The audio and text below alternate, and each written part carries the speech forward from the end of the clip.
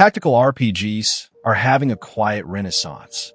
Between remasters, PC ports, and modern releases that finally cracked what the genre does best, there's never been a better time to dive in.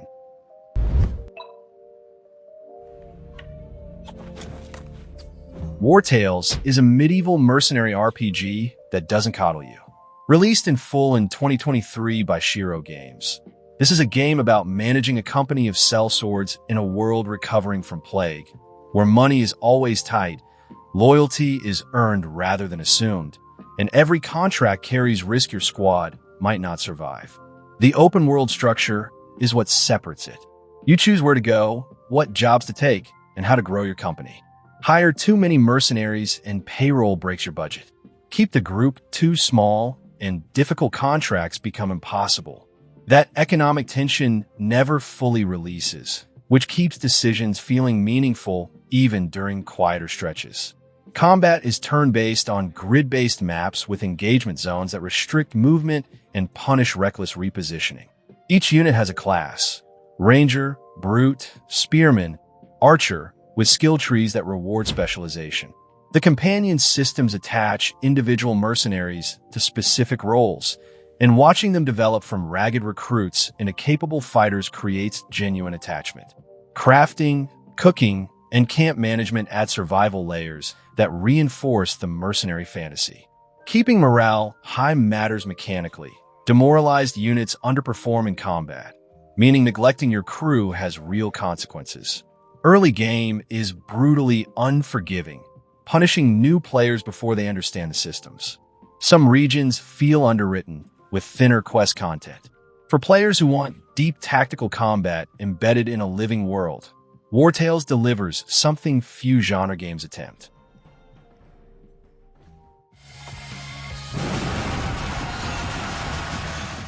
Langrisser 1 doesn't look like much at first glance. A 2D strategy RPG remake from 2020 that most people passed over without a second thought.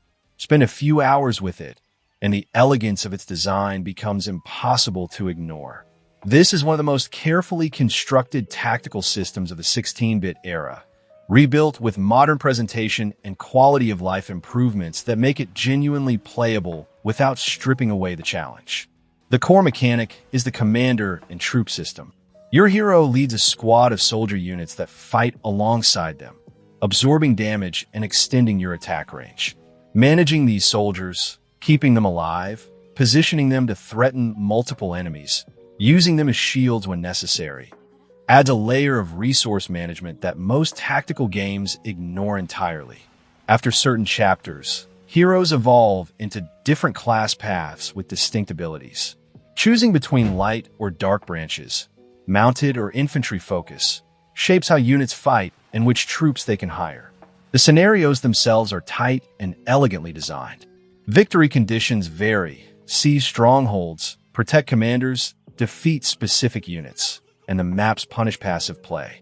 Enemies are aggressive and intelligent enough to force constant repositioning, but it does show its age in its presentation.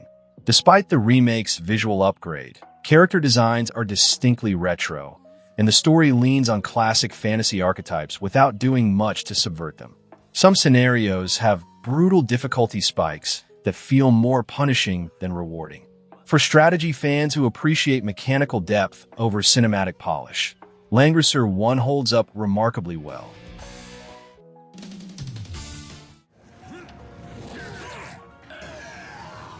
Fire Emblem Awakening didn't just save the franchise. It introduced millions of players to a genre that had spent years being inaccessible. Released in 2012 on the 3DS, this was the entry where Nintendo finally balanced the series' signature tension between permadeath and accessibility, giving players the choice without removing either option. That decision alone expanded the audience dramatically, and the game deserved every person it brought in. The pair-up system is where Awakening earns its design reputation. Two adjacent units can merge into one, with the supporting character boosting stats and occasionally attacking or blocking alongside the primary unit. Managing these pairs, keeping complementary units together, splitting them strategically when needed, adds depth that goes far beyond basic positioning. Good pair-up management can turn an overwhelmed unit into a dominant one. Support bonds grow from fighting together, and maxing them unlocks story scenes. I found myself invested in pairings with no narrative significance, simply because they'd survived enough together. Chrome, Robin, and the surrounding cast are memorable and well-written, with the story escalating from local conflict into something mythologically ambitious. The time travel elements complicate things in the second half, which not every player finds satisfying. Casual mode makes Awakening accessible without making it trivial, and a sheer variety of optional paralogs and support conversations means you can spend dozens of hours without touching the main story. If you've never played Fire Emblem, this remains one of the best starting points in the series. Later. We're in for a fun ride, you and me. Nobody expected Gears Tactics to be good, and that's exactly why it caught so many people off guard. Released in 2020 by the Coalition, this is a turn-based strategy game set in the Gears of War universe that treats its tactical systems with genuine seriousness rather than treating them as a gimmick stretched over a familiar IP. 3 action points govern every turn. The Overwatch system creates tension about when to push and when to hold. Aggressive play is almost always rewarded, giving the combat kinetic energy that defensive tactics games rarely match. Enemies flank intelligently and smoke out entrenched positions. Reading enemy AI, predicting when they rush, when they hunker down, becomes the central skill. Boss encounters are spectacular. Rather than simple stat checks, they're designed as multi-phase tactical puzzles requiring different approaches as the fight develops. Some stand among the best boss designs in the genre. The story is a prequel focusing on Gabe Diaz, and the writing leans into Gears' characteristic melodrama. It's functional rather than compelling, serving mainly to string together the excellent missions rather than stand on its own. Customization is surface deep compared to dedicated RPGs. The class system is simpler than genre standards, and character progression follows more predictable paths. Replayability suffers as a result. Once you've mastered the mechanics, there's limited reason to rebuild from scratch. For players who want polished, fast-paced tactical combat with high production values, Gears Tactics remains one of the best examples of AAA investment in the genre. Beautiful.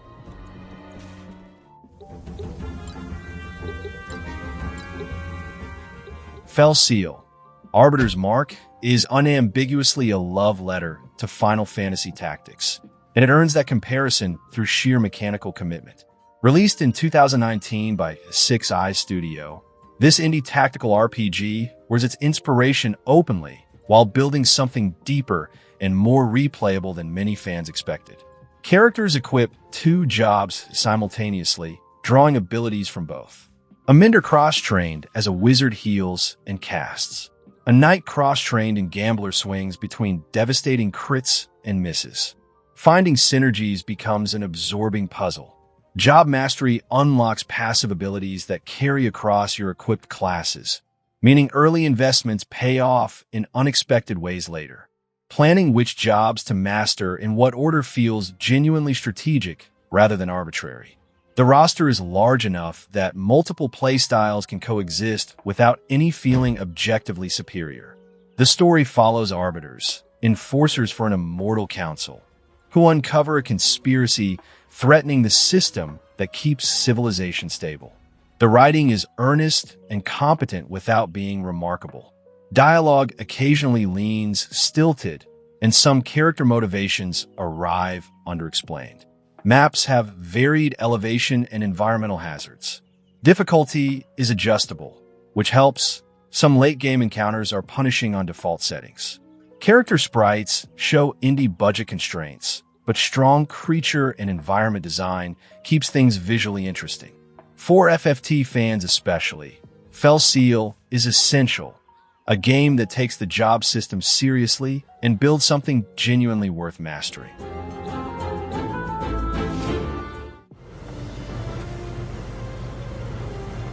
Valkyria Chronicles 4 doesn't reinvent what made the original special. It refines it and delivers it with more confidence than any sequel in the series had managed before. Released in 2018, this is the entry that finally felt like a worthy successor. The canvas and watercolor aesthetic is still breathtaking. The blended turn-based and third-person combat still carries that unique tension, and the storytelling hits harder than I expected going in. You command a squad during a desperate wartime offensive, and the campaign doesn't shy away from the cost of conflict. Characters die, sometimes unexpectedly, sometimes preventably, and the writing gives those losses real weight. Squad E feels lived in, with relationships and banter that develop through both cutscenes and optional potentials that trigger mid-battle based on who's standing near whom. The gameplay loop sends you into missions where you spend command points to activate individual soldiers, then move and fire them in real time before enemies counterattack. That rhythm creates this satisfying push and pull where aggression and caution both carry risk. Scouts sprint across open ground. Shock troopers punch through fortified positions. Lancers handle tanks. Every class has a role, and learning when to use each one is the central tactical puzzle. The Grenadier class added in this entry genuinely changes how you approach certain maps, offering indirect fire options that open new solutions to heavily entrenched enemies. A few missions lean too hard on scripted ambushes that feel unfair on first attempts. Some characters never get enough screen time to justify the investment the story asks you to place in them. For anyone who missed the series, this is the cleanest entry point in 2026.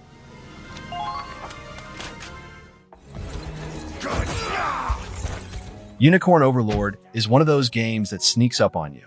Vanillaware released it in 2024 with surprisingly little mainstream fanfare, and it deserves far better. On the surface, it looks like a traditional strategy RPG. Troops moving across maps, kingdoms to reclaim, a prince in exile building an army. The depth hiding underneath that familiar setup is staggering. The real hook is the auto battle system. Instead of commanding individual units in turn-based combat, you build squads and program their behavior before battles begin. Decide which enemies your archer prioritizes when your healer uses items, whether your tank holds position or pushes forward. Battles then play out in real time based on those instructions, and watching a well-tuned squad dismantle a difficult formation feels like seeing your own strategy come alive. Enemy squad compositions telegraph weaknesses, and fine-tuning your response creates constant engagement without demanding perfect reflexes. Each new unit type opens new possibilities. Liberated towns offer side quests and optional battles. The story leans into high fantasy tropes, but delivers them with sincerity. But it stumbles slightly its mid-game pacing. The campaign is long, and some stretches feel like variations on the same challenge rather than genuine escalation. A handful of unit types feel underpowered compared to dominant strategies, making certain formations obvious choices. Still, this is one of the strongest tactical RPGs released in years, and the fact that it flew under the radar makes recommending it feel almost urgent. Victory is not yet out of reach. Triangle strategy carries the weight of a genuinely difficult premise, making a political drama fun. Released in 2022 by Square Enix using the same HD 2D art style as Octopath Traveler. This is a game that asks you to make uncomfortable choices and then lives with those decisions in ways that feel genuinely consequential. The story centers on three nations locked in fragile peace over resources: salt, iron, and Roselle, a persecuted minority with a biological secret. Political intrigue drives the narrative, and the writing doesn't treat any faction as purely righteous. Every alliance comes with moral compromises, and the game tracks your choices through a conviction system that measures whether you lean toward utility, morality, or liberty. Those values unlock different dialogue options and occasionally shift how NPCs respond to you. Major decisions go to a vote among your party. Characters vote by their own convictions, meaning you can't always get the outcome you want. That loss of control felt frustrating at first, then felt right. Combat itself is turn-based and grid-based, with height advantage, elemental terrain effects, and flanking all matching mechanically. Chaining attacks between adjacent party members creates combo opportunities that reward careful positioning.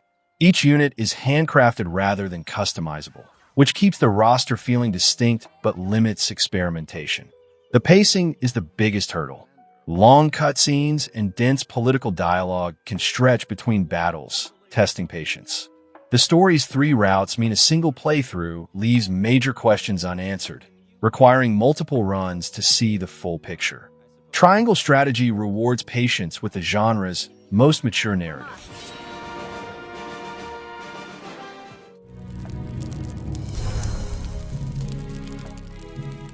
Symphony of War came out of nowhere in 2022. A small NES RPG made by a tiny team, sold for almost nothing, and quietly becoming one of the most talked about tactical RPGs of the year among people who discovered it. The reason is simple. It understands what makes large-scale fantasy warfare feel strategic rather than overwhelming. You command squads of up to 9 units arranged in a formation grid. How you build those formations, who anchors the front line, where your healers stand, whether you protect your ranged units or sacrifice them for offensive output, shapes every engagement. Enemies target based on formation position, so placement decisions carry real tactical weight before a single attack lands. Dozens of classes with distinct roles mean army building becomes its own obsession. Cavalry flanks, mages tear apart formations, healers extend staying power. Building a cohesive squad requires genuine planning. Character writing is surprisingly strong for an indie production. Commanders have distinct personalities, and the narrative touches on heavy themes: trauma, loyalty, the cost of ambition, with more sincerity than the budget suggests. The story won't win awards, but it earns genuine investment. But the game struggles with presentation. The sprite work is inconsistent, with some character portraits looking sharp and others clearly limited by resources. UI clarity suffers in large battles, making it hard to track everything happening simultaneously. Difficulty can spike sharply in later chapters, punishing underleveled armies aggressively. For the price point it launched at, though, the mechanical depth is remarkable.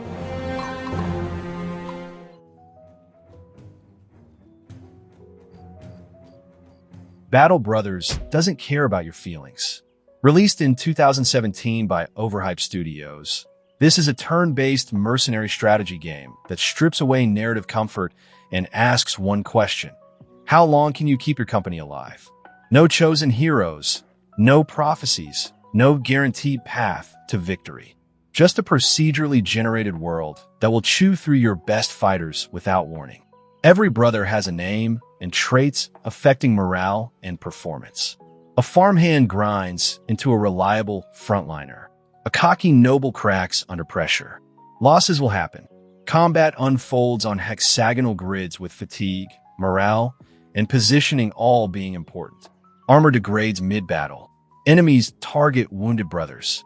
Morale checks can cascade into complete squad breakdowns if you lose momentum at the wrong moment. Every engagement feels tense because failure is always credible. Early jobs involve bandits and undead. Late game sends your company against legendary creatures. That progression feels earned because you built it yourself. In terms of accessibility, it's hit and miss. The UI is functional but dense, and the game explains almost nothing. Early runs are brutal learning experiences that end in expensive failure. Some players never push past those first few devastating campaigns. Certain late-game enemy types are dramatically harder than anything preceding them, creating jarring difficulty walls. For players with patience and strategic curiosity, Battle Brothers delivers hundreds of hours of emergent storytelling and demanding tactical depth.